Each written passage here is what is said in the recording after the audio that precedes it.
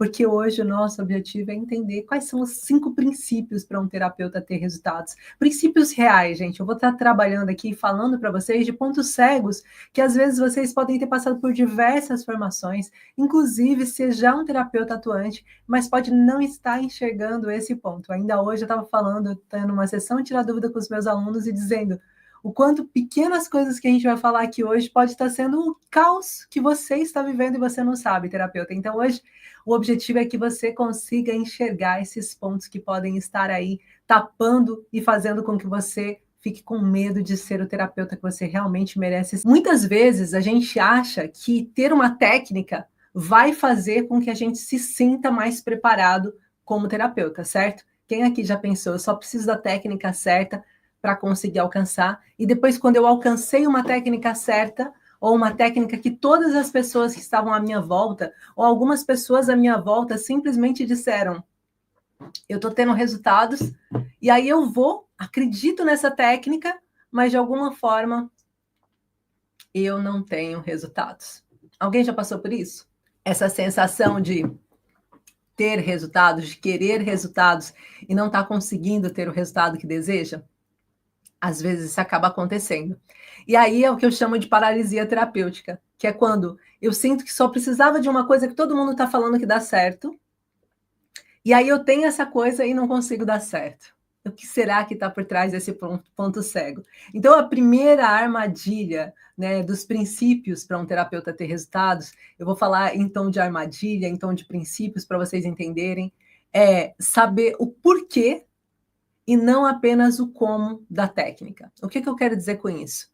É quando a gente entende, né, os princípios daquela técnica, do protocolo, o que eu preciso fazer para acontecer e dar certo, mas eu não percebo o fundamento daquilo.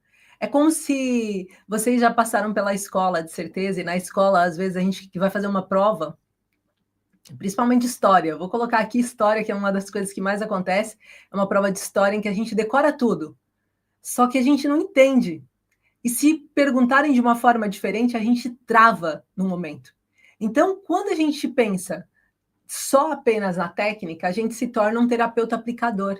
É aquele terapeuta que ele aprende o protocolo, ele aprende tudo que precisa fazer. Ok, então eu preciso fazer isso, isso, isso, isso, isso, e aí chega lá no atendimento, eu vou fazer isso, isso, isso, isso, isso, e dá certo. Só que quando eu chego no momento, perto de atender, se a pessoa tiver um questionamento diferente, se a pessoa falar de uma forma diferente, ou se a pessoa tiver um padrão diferente daquele que me foi ensinado, eu travo. Eu travo porque eu não entendi ainda o princípio daquilo. É como se eu tivesse que fazer uma conta de raiz quadrada quando eu não entendi ainda a fórmula. É como se eu tivesse que chegar num resultado que eu espere aquele resultado, mas eu não tenha consciência de como alcançá-lo. Então, eu me torno um terapeuta replicador.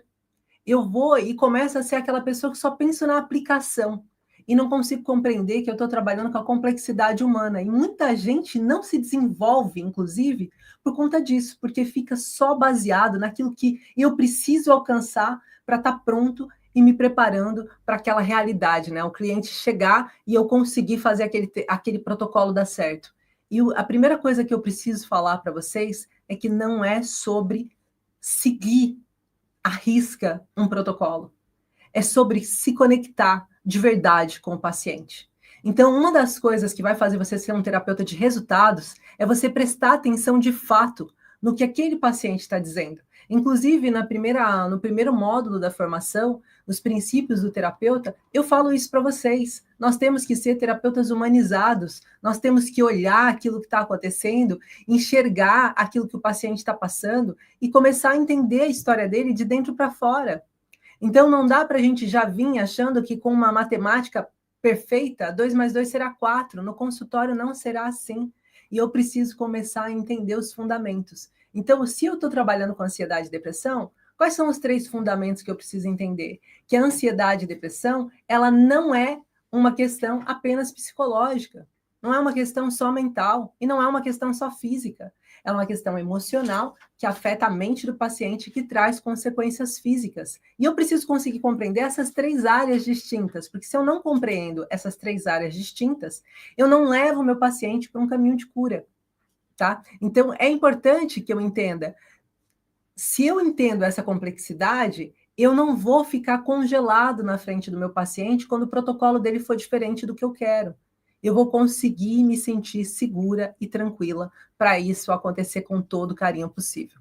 Então, a principal solução que eu quero que vocês entendam é que essa é a grande diferença da gente olhar para um curso e olhar para uma formação, né? Quando a gente decidiu fazer a formação, nós queríamos que o terapeuta ele sentisse esse preparo. Não dá para a gente dizer que você é especialista se você só domina uma matéria, se você só domina uma coisa, um parâmetro. Então, quando a gente fala sobre a terapia biomicrohertz, ela é um complemento de várias ações que é uma metodologia de tratamento para um paciente ansioso e depressivo. E aí eu preciso compreender quais são as bases disso, né? Por isso que é tão importante saber a base emocional da ansiedade e depressão. O que está por trás da ansiedade e da depressão? Depois da ansiedade e depressão e essa base emocional, ok. E agora, o que afeta? O que afeta a mente do paciente? Quais são os tipos de trauma? É um trauma de impacto? É um trauma de acúmulo? O que isso significa dentro de um atendimento? O que eu posso tirar disso? Quais são os escudos emocionais que ficaram afetados? Então, são coisas que vão trazendo para vocês esse embasamento e essa profundidade, que não é uma explicação que tem que ser exata, mas ela tem que ser compreendida. E quanto maior a compreensão de nós, enquanto terapeutas, mais a gente consegue chegar nessa questão essencial. Então, se eu for falar resumidamente, o primeiro princípio para vocês é entender que a raiz emocional de vocês pode sim afetar a técnica, o resultado que vocês pretendem. A técnica ela não sustenta um terapeuta que já é inseguro emocionalmente. E aí, para esse primeiro princípio, eu preciso olhar, eu sou insegura emocionalmente por quê? Por que eu tenho necessidade de ficar sempre buscando um monte de ferramentas? Por que o que eu tenho nunca chega? Aonde que esse padrão começou? E a gente falou na live Terapeutas Curados Curam, a gente falou sobre isso. Aonde que esse padrão começou? De que o que eu tenho nunca é suficiente? Que eu tenho que buscar mais, que eu tenho que buscar mais, buscar mais, buscar mais. E por que quando eu sinto que, ok, agora com o que eu sei eu já posso atender, e daí eu vou e desmarco a consulta, e eu não consigo ir para frente?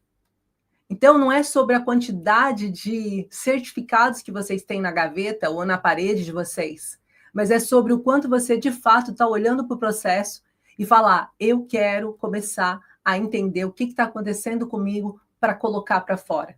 Então, quando a gente fala de um dos princípios para você ter resultado, é você olhar, sim, para a sua raiz emocional, para você entender o que está acontecendo, que está fazendo você parar na frente de um atendimento. Quando você marca, você para. Né? Se a tua dor não foi acolhida, como que você vai sustentar a dor do outro?